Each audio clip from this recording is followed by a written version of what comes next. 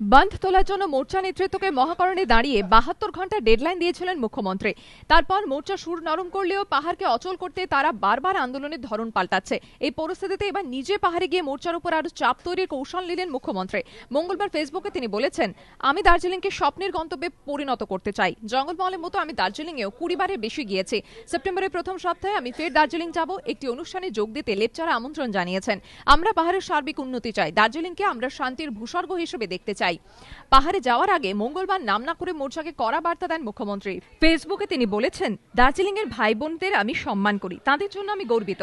কিন্তু এটা খুব দুর্ভাগ্যজনক যে উন্নয়ন হওয়া সত্ত্বেও একটি রাজনৈতিক দল আন্দোলনের নামে উন্নয়ন প্রক্রিয়া স্তব্ধ করে দিতে চাইছে। আমার সরকার পাহাড়বাসীকে সমস্ত রকম পরিষেবা দিতে দায়বদ্ধ। তাহলে কেন ৬ মাস অন্তর এমন আন্দোলন?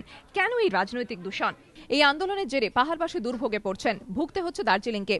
রাজনীতি ভালো, রাজনীতি করে উন্নয়নে গতি আনতে হবে, সেটাকে স্তব্ধ করা চলবে না।